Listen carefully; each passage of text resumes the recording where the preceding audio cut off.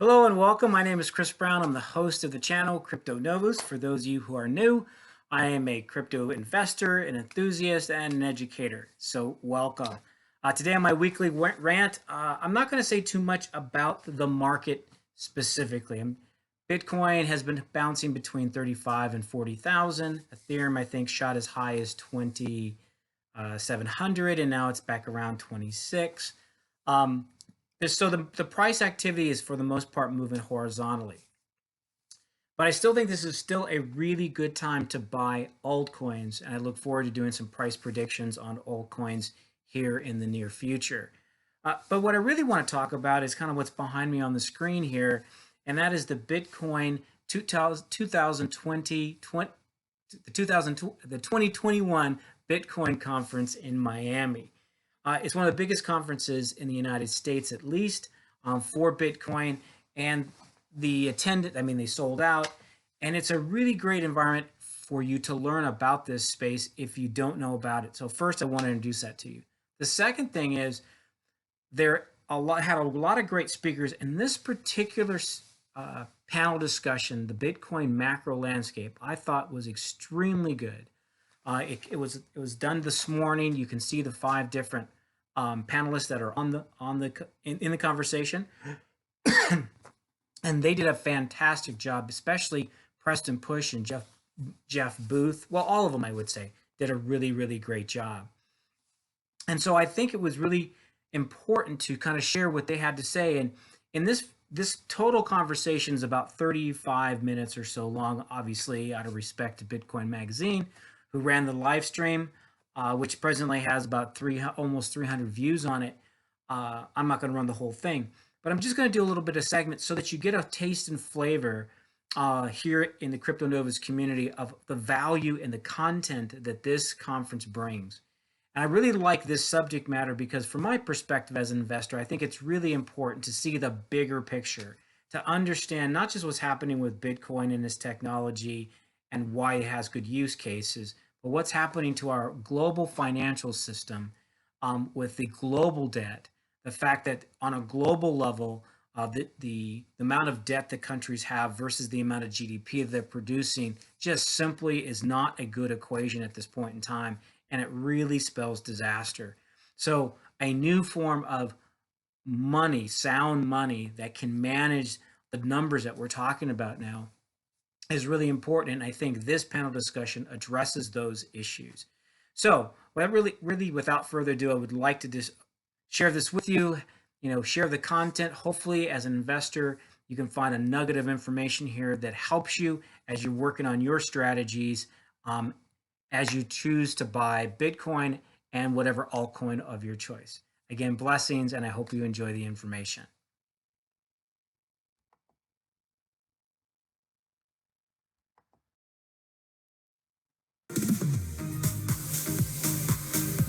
How we doing, Miami? That's a good idea. My name's Trey Lockerbie, host of We Study Billionaires, also the founder and CEO of Better Booch, so I had to do some product placement with my boys here. Anyway, we're so excited to get started. I have to kick it off here with the guy who's kind of shepherded my whole investing experience, which is Preston Pish.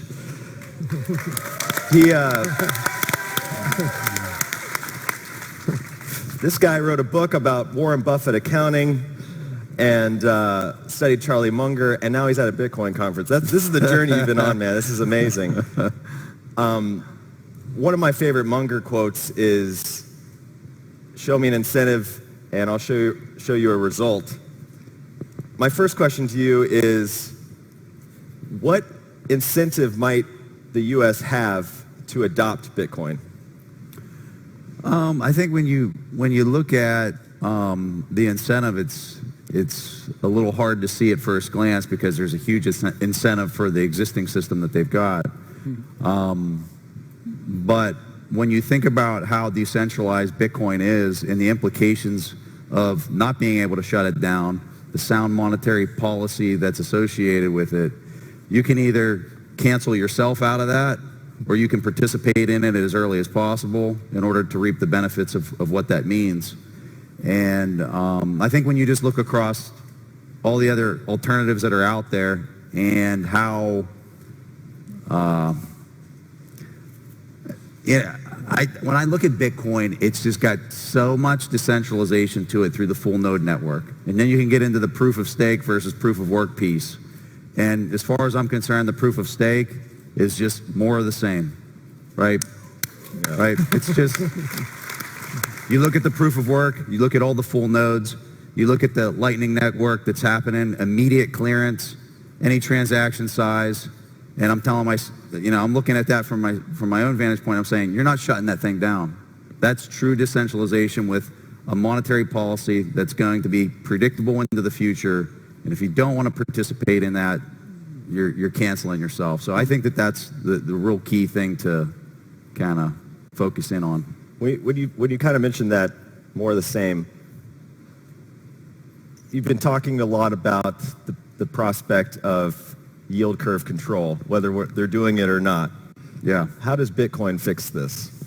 So for me, the thing that, there's a lot of really interesting things that are happening with it, but the reason I was so attracted to Bitcoin early on is because my opinion is the cost of capital is completely broke. If you're stepping into the bond market, printing a bunch of fiat, and then just buying the fixed income bonds, pushing the yields lower, pushing the prices higher, and then the cost of capital for equities and everything else is constructed as a premium on top of that, that's a recipe for disaster, because you're flirting with, are we dealing with free and open markets at that point, when you're adjusting that cost of capital lower, pushing the prices of everything, real estate, equities, you name it, is going higher and higher and higher.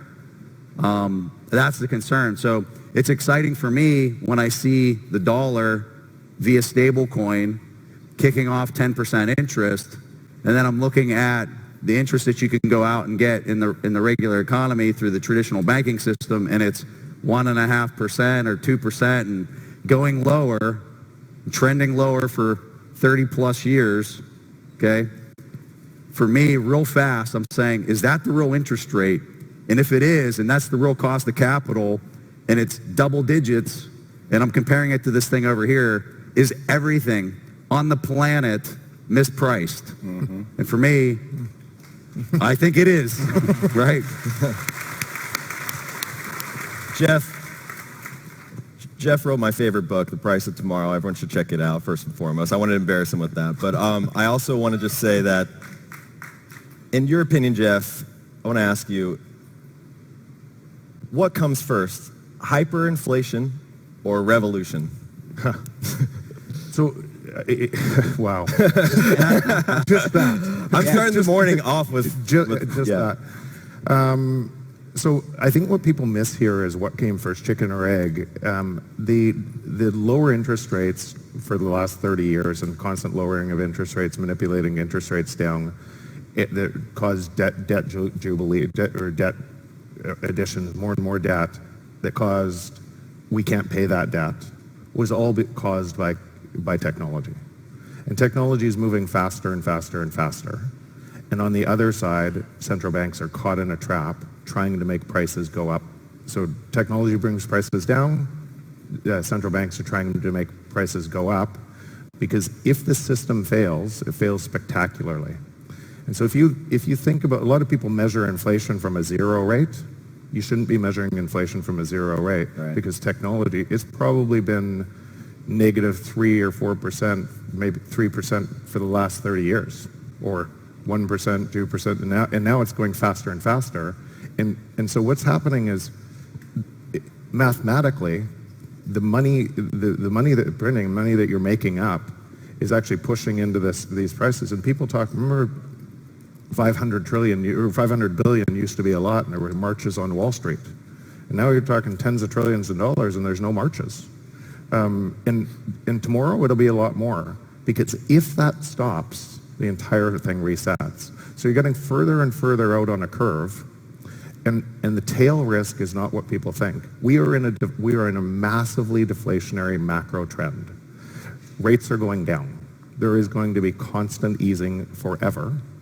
And because if rates go up, the entire thing unwinds to the ground. And that is I wish I wasn't saying this. It's a terrible thing to say, but it's also true. And I keep asking myself, technology is supposed to free our time. Why are we living in somewhere in a world where we're corrupting money? And if we have corruption in the base layer of money, we have corruption everywhere. And so everybody's on this hamster wheel working harder and harder and harder to try to keep up with this hamster wheel, and it's killing your time. And so when I saw Bitcoin and everything else, and I think Bitcoin is actually the best potential for an easier transition. I care a lot that people get through this, because everything else, including all the other coins, will be centralized. And if you think it looks bad now, imagine going into the future with artificial intelligence, robotics, and centralized control of the state. There is no free market, and somebody can change their mind and remove your freedoms like that.